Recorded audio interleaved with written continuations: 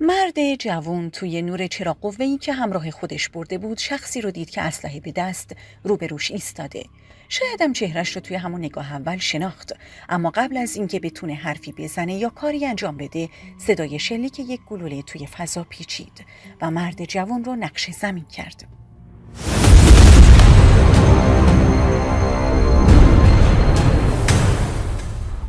همراهان جان سلام، شما بیننده و شنونده یکی دیگه از سری ویدیوهای چنل تابوت هستین. اگه به این سبک از محتوا علاقه دارید خوشحال میشیم چنلمون رو سابسکرایب کنین و زنگوله رو هم بزنید که ویدیوهای جدیدمون رو از دست ندین. برای شنیدن جزئیات بیشتر از این ماجرای انتقام و انتقام جویی که دو تای پرو به جون هم انداخت و جون 3 نفر رو گرفت با همون همراه باشید. برای بررسی این پرونده قتل که کمتر از 1 هفته قبل اتفاق افتاد و طی 1 ماه 2 طایفه و خانواده رو سوگوار و عزادار عزیزانشون کرد، باید به چند سال قبل برگردیم تا متوجه بشیم ریشه این انتقام خواهی و کینه ها به کجا برمیگرده. امروز قراره تا با هم به یکی از روستاهای استان فارس از توابع اقلید و شهرستان حسن آباد بریم. روستای کوچیکی که توی منطقه‌ای سردسیر و کوهستانی واقع شده و شغل بیشتر مردم این روستا کشاورزی و توی قسمتی از همین زمین‌های کشاورزی بود که چنین جنایتی اتفاق افتاد. امروز قراره تا با هم به 24 فروردین ماه 1397 برگردیم. درست به همون شبی که گزارش پیدا شدن پیکر غرق در خون یک مرد جوان بیسیم‌های اداره پلیس رو لرزوند و مأمورهای کلانتری رو به تلمبه و چاه آب زمین کشاورزی توی یکی از روستاهای اطراف اقلید به اسم شولان کشوند. ساعت 2 شب بود که یکی از ساکنان روستا با پلیس تماس گرفت و گفت صدای شلیک گلوله‌ای رو شنیده و به دنبالش هم با جسد خون‌آلوده رفیقش روبرو شده. زمانی که نیروهای پلیس به اون محل رسیدن، مرد جوونی رو دیدن که به خاطر شلیک یک گلوله درست وسط پیشونیش جون خودش رو از دست داده و جمجمش هم به همین دلیل که از فاصله نزدیک و 2 متری هدف گلوله قرار گرفته به طرز ناراحت کننده‌ای از هم پاشیده بود. قربانی یک جوان 26 ساله به اسم یعقوب بود که همسر و یک فرزند 3 ساله داشت. یعقوب آدم آروم و بی‌حاشیه‌ای بود و همراه با خانواده‌اش توی همون روستا زندگی می‌کرد. اون شب هم با پیامک یکی از رفیقاش به اسم ذبیح الله به اونجا رفته بود و پیکر غرق در خونش رو هم همون رفیقش پیدا کرد و با پلیس تماس گرفت. این در حالی بود که لباس‌های ذبیح الله به خاطر اینکه اولین نفری بود که یعقوب رو توی اون شرایط پیدا کرد از خون سرخ شده بود. ذبیح الله اون شب همراه با پلیس به کلانتری بخش اقلید منتقل شد تا به سوالهای کاراگاهان جواب بده و همون شب هم مورد بازجویی قرار گرفت. حالا که به اینجای پرونده رسیدیم با هم به شب حادثه برمیگردیم تا ماجرا رو طبق حرفای ذبیح الله بررسی کنیم. اون شب ذبیح الله به خاطر آبیاری زمین‌های کشت شدهش توی زمین‌های نزدیک روستا بود که حوصله‌اش سر رفت و طبق عادت همیشگیش با یعقوب تماس گرفت که اگر کاری نداره بره پیشش و کنار هم باشن. ذبیح الله به یعقوب پیام داد و ازش پرسید کجاست و وقت داره بره پیشش یا نه. یعقوب هم گفت کار خاصی نداره و تقریبا نیم ساعت دیگه میرسه اونجا. اون شب یعقوب همراه با همسر و فرزندش خونه پدرزنش توی یکی از روستاهای اطراف بود، اما با دیدن پیامک رفیقش تصمیم گرفت بره پیش اون. از زمانی هم که به زمین کشاورزی ذبیح الله رسید باهاش مشغول صحبت کردن شد. یکم که زمان گذشت اون قسمت از زمین سیراب شد و ذبیح الله باید جریان آب رو به سمت دیگه ای از زمین هدایت می‌کرد. البته بعد از اون هم به خاطر گازوئیل سوز بودن تلمبه آب باید به منبع سوخت سر می‌زد که در صورت نیاز پرش بکنه. ذبیح الله از یعقوب خواست که همونجا منتظرش بمونه تا برگرده، اما یعقوب گفت میتونه بهش کمک کنه و به جای ذبیح الله اون منبع سوخت رو چک میکنه.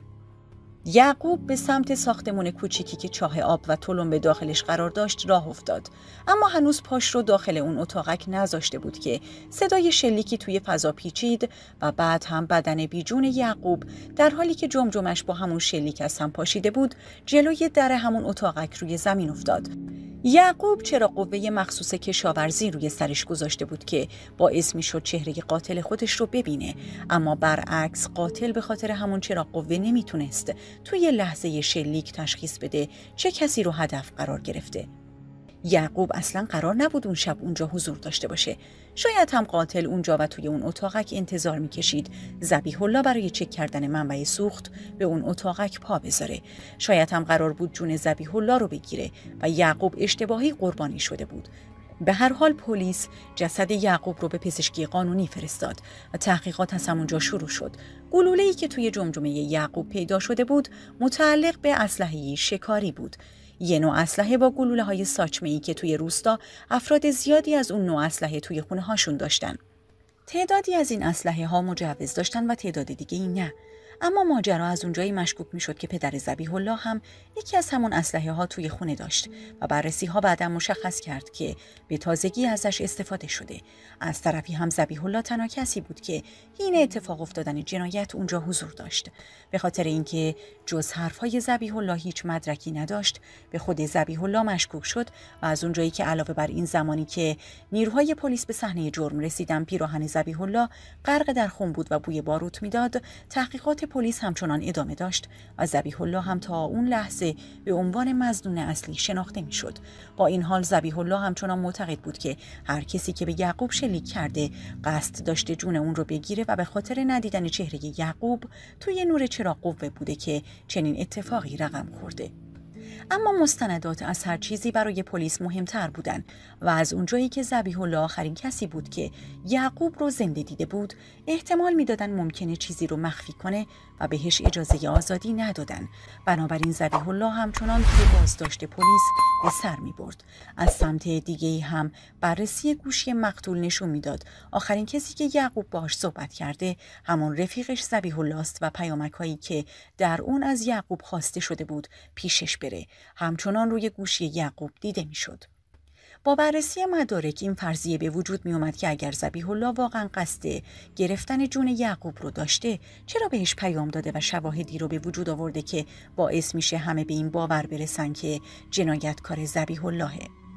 عده‌ای فکر می‌کردن ذبیح الله واقعا بیگناهه و یک قاتل هیچ وقت تا این حد از خودش رد به جا نمیذاره.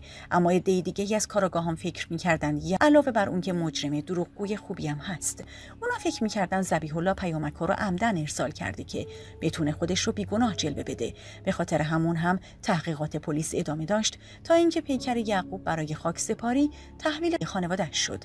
اما یکی از کاراگاهان پلیس به صورت نامحسوس و برای بررسی رفتار مشکوک توی این مراسم شرکت کرد. چیزی که توی این مراسم بیشتر از همه توجه کارآگاه پلیس رو جلب کرده بود اون بود که همسر یعقوب که یک فرزند 3 ساله هم از یعقوب داشت اصلا برای شوهرش عزاداری نمی کرد و حتی یک قطره اشکم نریخت.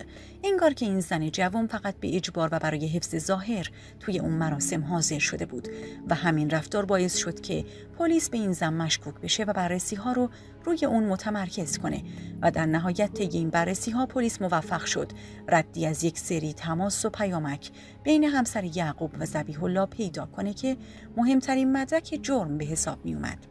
ذبیح الله با همین مدارک مختصر بازداشت موند و انگشت اتهام اون رو نشونه رفت و هیچ مدرکی هم برای اثبات بیگناهیش نداشت. با وجود بازجویی‌های مدام و سختگیری پلیس برای مشخص شدن حقیقت، ذبیح الله هرگز زبون به اعتراف باز نکرد و میگفت نقشی توی این ماجرا نداشته. پلیس جز ذبیح الله هیچ مظنونی نداشت و به خاطر همون هم نمیتونستند روی شواهدی که نشون میداد اون گناهکار چشم ببندن. اما با این حال به خاطر اینکه مدرک محکمی در دست نبود و ذبیح الله هم اعتراف نکرده بود، نمیتونستند حکم قطعی رو اعلام کنند و براش دادگاه تشکیل بدن. خانواده یعقوب بیخیال این پرونده نمیشدن و همچنان معتقد بودن این جنایت کار کسی نیست به جز ذبیح الله. به خاطر همون هم روند رسیدگی به این ماجرا رو مدام پیگیری می‌کردن. زمانی که پدر یعقوب متوجه شد به خاطر کمبود مدارک هست که دادگاهی برای متهم برگزار نمی‌کنن، به قسم خوردن و شهادت گرفتن متوسل شد. امرالله پدر یعقوب 50 نفر از اقوام و آشنایان رو راضی کرد به دادگاه بیان و به گناهکار بودن ذبیح الله شهادت بدن. اون هم در حالی که هیچ کدوم نه تنها ذبیح الله رو حین ارتکاب جرم ندیده بودن که حتی مطمئن هم نبودن این جرم کار اون هست یا نه. در قانون مجازات اسلامی چیزی وجود داره به اسم قسامه که به معنای قسم خوردن 50 نفر آدم عاقل و بالغ مسلمانه که از بستگان پدری مقتوله. یعنی اگر 50 نفر واجد این شرایطی که گفته شد به دادگاه بیان و قسم بخورن که مطمئناً متهم قتل انجام داده، جرمش اثبات میشه هرچند که مدرک کافی وجود نداشته باشه یا متهم جرمش رو انکار کنه. امرالله پدر یعقوب با استفاده از قسامه تونست دادگاه رو متقاعد کنه با وجود مدارک ناقص به اعدام و قصاص ذبیح الله رأی بدن. اون فکر میکرد ذبیح الله با عروسش در ارتباط بوده و به خاطر همون هم خواسته تا یعقوب بیگناه رو از سر راهشون برداره. تمام این افکار امرالله تنها به خاطر اون بود که ذبیح الله از دوره جوونی سر گوشش میجنبید و چند باری هم روابط نامناسبش با زنای متأهل سر زبونا افتاده بود. از طرفی هم ماجرای یک عشق و عاشقی ممنوعه مدام سر زبونها میچرخید که یک سمت این ماجرای عشقی ذبیح الله قرار داشت. نزدیک به 8 سال قبل از تمام این ماجراها یه دختر جوان که نامزد داشت و با هم در شرف عقد بودن از نامزدش باردار شد و این خبر خیلی زود توی روستا پیچید. اما خبر دیگه‌ای هم وجود داشت که نقل دهن مردم شده بود. همه از این صحبت می‌کردن که این دختر جوان نامزددار همزمان با شخص دیگه‌ای هم در ارتباط بوده و شاید فرزندی که در راه داره در واقع متعلق به معشوقش یعنی همون ذبیح الله باشه. این ماجرا به دادگاه کشیده شد و قاضی حکم کرد تا به دنیا اومدن تو راهی باید منتظر بمونن که پدرش مشخص بشه. اما اون دختر جوان کمتر از 1 ماه بعد خودکشی کرد و اسرار و رازهاش رو با خودش زیر خاک برد. بدنامی این ماجرا هم برای ذبیح الله موند، طوری که همه فکر می‌کردن ماجرای اون دختر جوان دوباره تکرار شده و ذبیح الله با همسر یعقوب ارتباط خارج از عرف داشته. به این ترتیب ذبیح الله برای جرمی که مشخص نبود واقعا مرتکب شده یا نه به زندان افتاد، در حالی که حتی نمیدونست چه زمانی حکم اعدامش قراره اجرا بشه و چقدر قراره برای زندگی فرصت داشته باشه. خانواده ذبیح الله و برادرش هیچ کدوم برای گرفتن رضایت از پدر یعقوب پا پیش نذاشتن. اونا میگفتن برادرمون هیچ جرمی مرتکب نشده که ما بابتش رضایت بخوایم و هر کسی که قسم دروغ به گناهکار بودن برادرمون خورده تاوانش رو پس میده.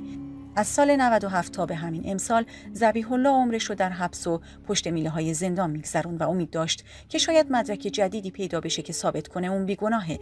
اما چنین مدرکی هیچ وقت پیدا نشد و هرچه زمان بیشتری سپری میشد خودش رو بیشتر از همیشه به مرگ نزدیک حس میکرد. طی این مدت هم تعدادی از افرادی که توی این پرونده برای قسامه رفته بودن دچار حوادث غم‌انگیزی شدن و فرزندهای جوان 2 نفر از اونها جون خودشون رو به طور مشکوکی از دست دادن. همین ماجرا هم به حرف برادرهای ذبیح الله دامن میزد و عده‌ای به این باور رسیده بودن که ذبیح الله واقعا بیگناهه و این چند نفر به خاطر قسم دروغ دارن تاوان پس میدن. با این وجود پاییز امسال درست 2 روز قبل از شب چله ذبیح الله رو بدون اطلاع دادن به خانواده‌اش به بازداشتگاه بردن که صبح روز بعد حکمش اجرا بشه. اون حتی فرصت خداحافظی کردن با خانواده‌اش رو هم نداشت و درست 40 روز قبل توی محوطه زندان به جرم گرفتن جون یعقوب مجازات شد و اعدامش کردن. اما فوت اون باعث تمام شدن این کینه و دشمنی ها نشد و 2 طایفه و خانواده رو به جون هم دیگه انداخت. صبح روز 28 آذر ماه امسال برادرهای ذبیح الله تقریباً 2 ساعت بعد از اجرای حکمش تازه خبردار شدن چه اتفاقی افتاده و برای نجات برادرشون یا رضایت گرفتن از امرالله خیلی دیر شده. این اتفاق تأثیر خیلی بدی روی برادرهای ذبیح الله گذاشته بود و غیرتشون رو جریحه دار می‌کرد. این بین امین برادر بزرگتر ذبیح الله بیشتر از بقیه ناراحت بود و قصه می‌خورد. حتی چند بار هم میون جمع گفته بود که برادرش بیگناه مجازات شده و امرالله باید تاوان گرفتن جون یک بیگناه رو پس بده. امین تهدید کرده بود اگه چشمش به امرالله بیفته انتقام مرگ برادرش رو میگیره و همین تهدیدها باعث شده بود پدر یعقوب بترسه و از روز خاکسپاری ذبیح الله دیگه از خونش بیرون نره و برای اینکه امنیت بیشتری داشته باشن این شایعه رو سر زبونها انداخته بودن که خانوادگی از اون روستا رفتن، طوری که به جز چند نفر اقوام خیلی نزدیک هیچ کس نمیدونست که امرالله توی خونش داره زندگی عادیشو میگذرونه. 32 روز از این ماجرا میگذشت و اوضاع آروم به نظر می رسید، اما نیروهای پلیس که در جریان تهدیدهای برادر ذبیح الله بودند به امرالله پیشنهاد کردند از اون روستا بره و یه جای دیگه زندگی کنه. اما امرالله تصور می‌کرد شعله‌های انتقام توی دل برادرهای ذبیح الله بالاخره خاموش و سرد میشه و مجبورن با این قضیه کنار بیان، همونطوری که اون با مرگ غم‌انگیز پسرش کنار اومده بود. از اونجایی که نزدیک به 40 روز از فوت ذبیح الله میگذشت، برادرهاش سنگی برای مزارش گرفتن و تدارکات مراسم 40 برادرشون رو آماده میکردن. اما در حالی که هنوز این سنگ مزار رو نصب نکرده بودن و مراسم 40 هنوز برگزار نشده بود، یک فاجعه جدید رقم خورد و اسم این روستا رو دوباره سر زبونها انداخت. مراسم 40مین روز درگذشت ذبیح الله قرار بود درست 11 بهمن ماه امسال برگزار بشه، اما 4 بهمن یعنی تقریباً یک هفته قبل یک بار دیگه صدای شلیک روستا رو لرزوند و اوضاع رو از اونی که بود هم آشفته تر کرد. صبح اون روز امرالله پدر یعقوب بعد از گذشت نزدیک به 1 ماه برای اولین بار بعد از اجرا شدن حکم ذبیح الله از خونش بیرون اومد و کمی توی کوچه قدم زد. اون فکر میکرد انتقام جویی دیگه تموم شده و هیچ کس باهاش کاری نداره. به خاطر همون هم برای اینکه نشون بده دل و جرأتشو داره و از کسی نمیترسه، درب حیاطشون رو باز گذاشت و روی ایوون خونه نشست. اما همسرش دلشوره بدی داشت و بهش گوشزد کرد که اونا دشمن دارن و امرالله نباید اینطوری بی‌پروا رفتار کنه. امرالله هم به همسرش گفت هیچ کس نمیتونه بهشون آسیب بزنه و برادرهای ذبیح الله باید با این قضیه کنار بیان، همونطور که اونا در مورد مرگ یعقوب صبوری کردن و قانونی انتقامشون رو گرفتن. اما هنوز چند دقیقه از این گفتگو بین امرالله و همسرش نگذشته بود که یه ماشین درست جلوی درب خونشون ایستاد و اونم ماشین امین برادر ذبیح الله بود که توی اون مدت مدام اونا رو تهدید میکرد. رنگ از صورت امرالله پرید و قبل از اون که درگیری بین اون و برادر ذبیح الله پیش بیاد یا اینکه حتی کلمه‌ای با هم صحبت کنن، امین اسلحه‌ای که از قبل توی ماشینش گذاشته بود رو برداشت و به سمت پدر یعقوب نشونه گرفت. بعد هم با خونسردی تمام و لبخندی که روی صورتش نقش بسته بود ماشه رو فشار داد. صدای شلیک و جیغ همسر امرالله توجه همسایه‌ها و آشناها رو جلب کرد، اما قبل از اینکه کسی به خونه این مرد میان سال برسه، امین سوار ماشینش شد و به سرعت از روستا بیرون رفت. امرالله به شدت آسیب دیده بود و کمتر از 1 دقیقه بعد به خاطر شلیک مستقیم به قلبش فوت کرد و جون خودش رو از دست داد. طولی نکشید که عده زیادی توی حیاط خونه جمع شدن، اما تا پلیس به اونجا برسه و صورت جلسه انجام بشه، 4 برادر دیگه امین با 2 ماشین از روستا خارج شدن و بدون بردن همسر یا فرزندانشون فرار کردند. البته این فرار دست جمعی و رفتن همه برادرها از روستا نشون میداد که امین طبق یک نقشه حساب شده دست به همچین کاری زده و برادراش از جرمی که امین قصد انجامشو داشته با خبر بودن. نیروهای پلیس خیلی زود به اون خونه رسیدن و بعد هم ورودی و خروجی روستا رو بستن. اونا همه چیزو ثبت کردن و امین هم به عنوان متهم به قتل تحت تعقیب قرار گرفت. اما هیچ اثری از امین یا برادراش تا به این لحظه پیدا نشده. مراسم خاکسپاری امرالله فردا در حالی برگزار میشه که هر 2 خانواده و طایفه به خونه هم تشنه هستن و خانواده امرالله تهدید کردن همونطور که انتقام جون برادرشون رو گرفتن، انتقام پدرشون رو هم میگیرن. از سمتی هم مزار ذبیح الله که هنوز 40 روز از فوتش نمیگذره، حالا با فرار کردن برادراش بی سنگ مزار مونده و هیچ یک از اقوام و نزدیکانشون جرئت نمیکنن قدمی برای انجام این کار بردارن. در حال حاضر خبر جدیدی از امین و برادراش در دست نیست و خانواده این 5 نفر که همگی متأهل و صاحب فرزند بودن، از ترس جون خودشون و بچه‌هاشون و همینطور از ترس اینکه به خاطر انتقام جویی خونه‌شون رو به آتیش نکشن، منزلشون رو در روستا ترک کردن و به اقوام و خانواده هاشون پناه بردن. ممنون که تا انتهای ویدیو با همون همراه بودین. با لایک کردن ویدیو و نوشتن نظرات ارزشمندتون از چنل نوتای ما حمایت کنید و دلگرمی ما برای ادامه این مسیر باشین.